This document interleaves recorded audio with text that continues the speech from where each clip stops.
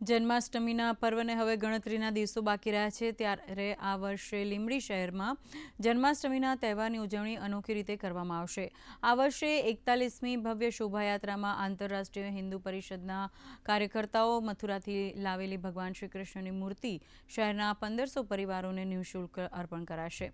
જન્માષ્ટમીના દિવસે 1500 મહિલાઓ શ્રી કૃષ્ણની મૂર્તિ સાથે ભવ્ય શોભાયાત્રામાં જોડાશે। 1500 પરિવારની અંદર પિત્તલની બાલ ગોપાલની મૂર્તિ સુશોભિત શણગાર સાથે છાબડી સાથે દરેક કુટુંબના બહેનોને અર્પણ કરવાનો નિર્ણય કરાયો છે। એ જ દિવસે યાત્રા પૂર્ણ થયેથી 1500 મૂર્તિની પ્રાણ પ્રતિષ્ઠા મોટા મંદિર લીંબડી ખાતે થશે અને પછી મથુરાથી ગોકુલ કાનાને પધરાવશે। ગોકુલ યાની કે પોતાનું નિવાસસ્થાન, પોતાનું ઘર, ત્યાં બહેનો કાયમ માટેના પૂજાની અંદર એ મૂર્તિને સ્થાપિત કરશે।